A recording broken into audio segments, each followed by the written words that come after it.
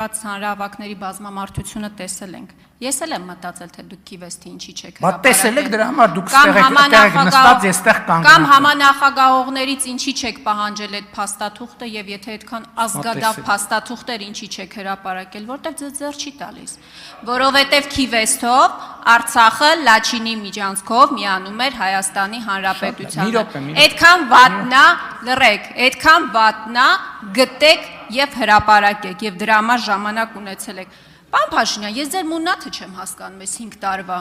Բալուծեիք հարցը ժամկետ գոյություն ունի հակամարտությունների կարգավորման։ Ժամկետ գոյություն ունի, բա դուք լուծեիք։ Ես ասեմ դուք ինչի չեք լուծել։ Ասեմ ինչի չեք լուծել հակամարտությունը, պարոն Փաշինյան։ Դուք վախեցել եք։ Դուք 18 թվականին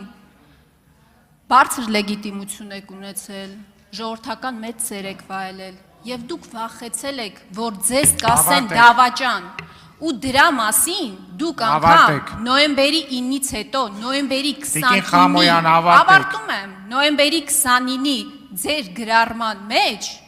խոսել եք դրա մասին դուք պատերազմել եք վախեցնել որովհետեւ էլի կարծել եք որ ձեզ դավաճան կասեն ես մի նախադասություն եթե կարելի է չի կարելի անջատեք խոսա